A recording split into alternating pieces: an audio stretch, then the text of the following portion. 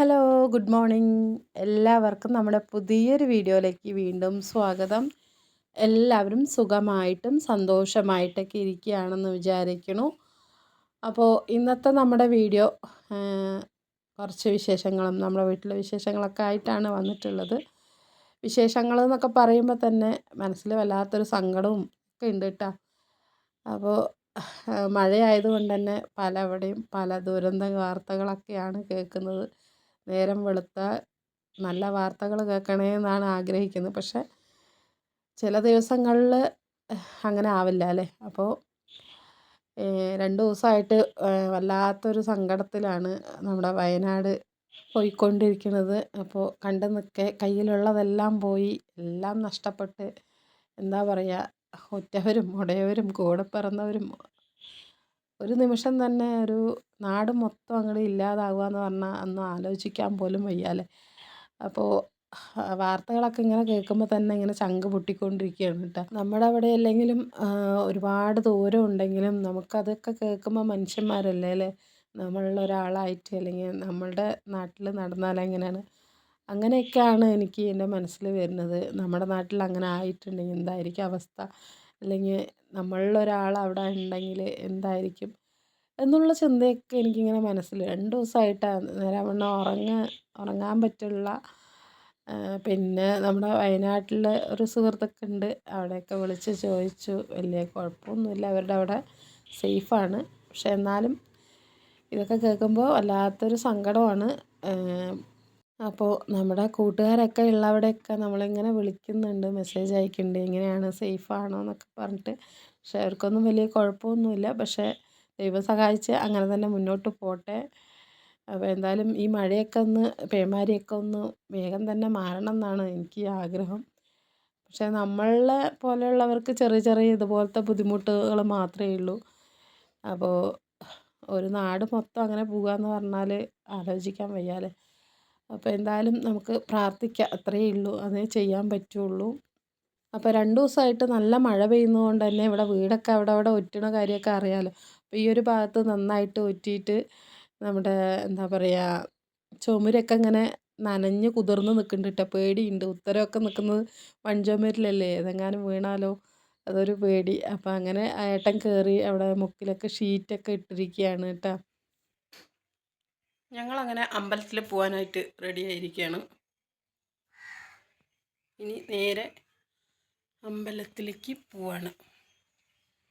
ഞാനും ചാരുവും ചെട്ടിക്കുട്ടിയും.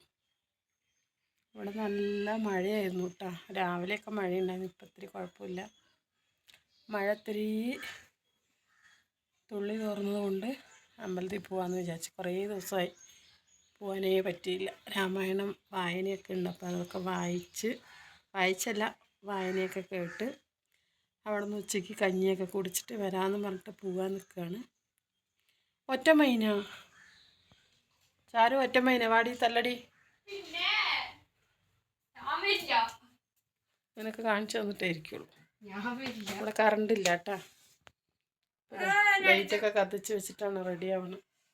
അപ്പോൾ ഞാനും ചിട്ടിക്കുട്ടിയും ചാരുവും കൂടെ അമ്പലത്തിൽ പോവാണ് കേട്ടോ. ചിട്ടി നേരത്തെ പോയി കൂട്ടുകാരികളുടെ കൂടെ പോയി, പിന്നെ ഞാനും ചാരുവും കൂടെ ഒപ്പം പോണത്. അപ്പോൾ ഞങ്ങളെന്തായാലും ഇതാ റെഡി ആയിട്ട് പോകാൻ നിൽക്കുകയാണ്. ഇവിടെ കറണ്ട് ഇല്ല കേട്ടോ, അതാണ് ഇങ്ങനെ എമർജൻസി ഒക്കെ കത്തിച്ച് വെച്ചിട്ടാണ് നിൽക്കുന്നത്. അപ്പോൾ ഞങ്ങളെന്തായാലും ഇനിയിപ്പോൾ അമ്പലത്തിലേക്ക് പോവാണ്. മമ്മി ഞങ്ങളുടെ വണ്ടി അച്ഛൻ കൊണ്ടുപോയി. അപ്പോൾ ഞങ്ങൾ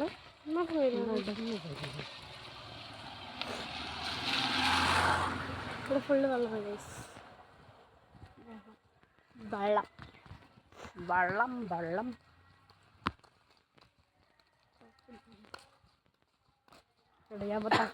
പോട്ടോ വണ്ടറക്ക്. ഇനിയിപ്പോൾ അവിടെ പോയിട്ട് രാമായണം വായനയൊക്കെ 10 മണിയാകുമ്പോഴേക്കും തുടങ്ങും കേട്ടോ. 9 ആകുമ്പോഴേക്കൊക്കെ തുടങ്ങും. ഞങ്ങളൊരു 11:45 ആയി ഇവിടെ നിന്ന് ഇറങ്ങുമ്പോൾ.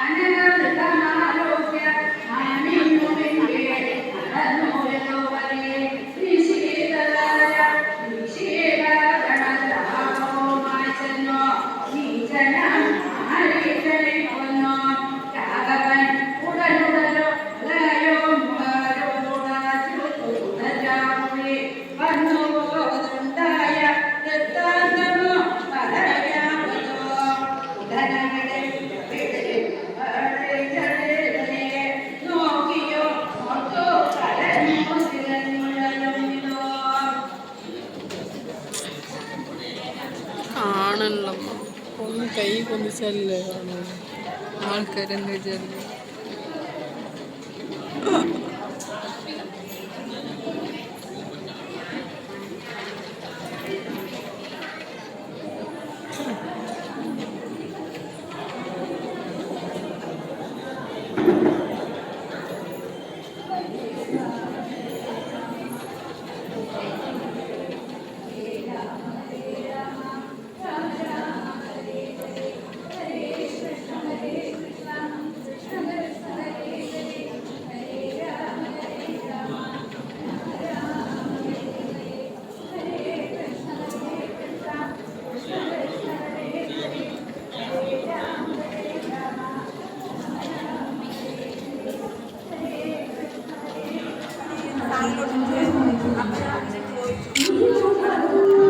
വീണ്ടും കൈ കഴുകേണ്ട അവസ്ഥയാണ്.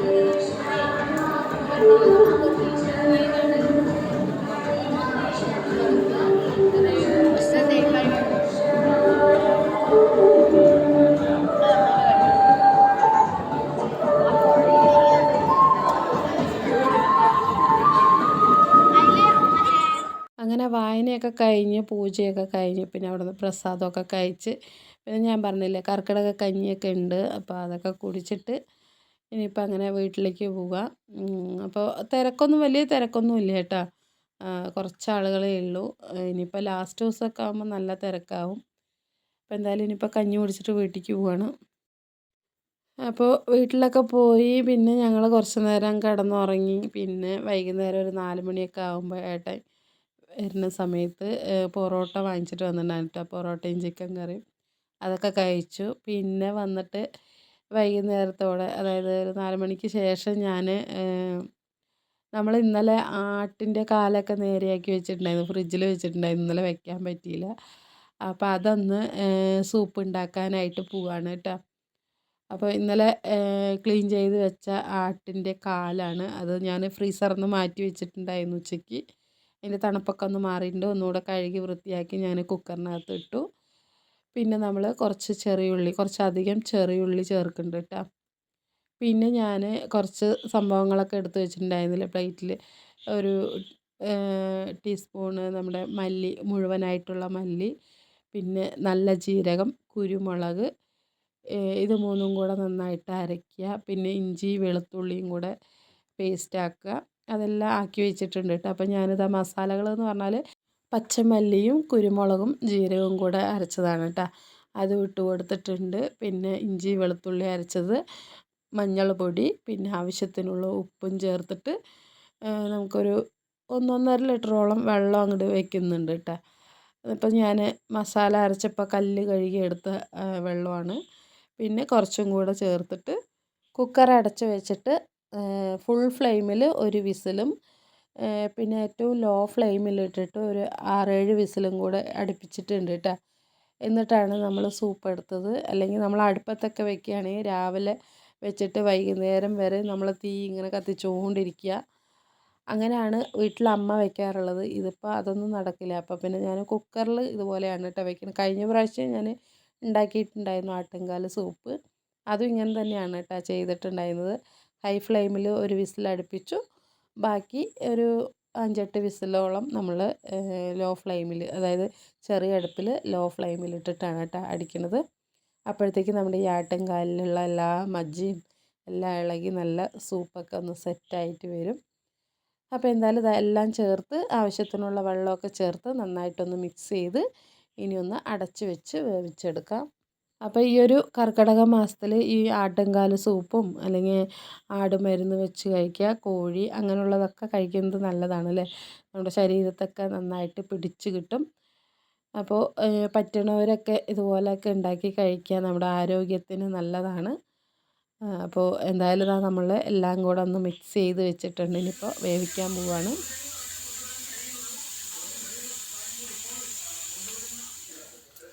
അപ്പോൾ എന്തായാലും വേവിച്ചെടുക്കുമ്പോഴത്തേക്കും വെള്ളമൊക്കെ ഒന്ന് വറ്റി നല്ല ചെറുതായിട്ടൊന്ന് കുറുകി വന്നിട്ടുണ്ട് കേട്ടോ. എന്തായാലും സെറ്റായിട്ടുണ്ട്. ഇനിയിപ്പോൾ ഒന്ന് നമ്മുടെ താളിച്ച് ചേർക്കുകയാണ്. അപ്പോൾ ഒരു ടീസ്പൂണ് നെയ്യിൽ കുറച്ച് ചെറിയുള്ളി നന്നായിട്ടൊന്ന് മൂപ്പിക്കുന്നുണ്ട്. കറിവേപ്പിലയും ചേർത്ത് മൂപ്പിച്ചിട്ട് നമ്മൾ നമ്മുടെ സൂപ്പിലേക്ക് ഒഴിച്ച് കൊടുക്കുക കേട്ടോ. നമ്മൾ നെയ്യാണ് ചേർത്തിട്ടുള്ളത്, ഓയിലോ വെളിച്ചെണ്ണയോ ഒന്നും അല്ല.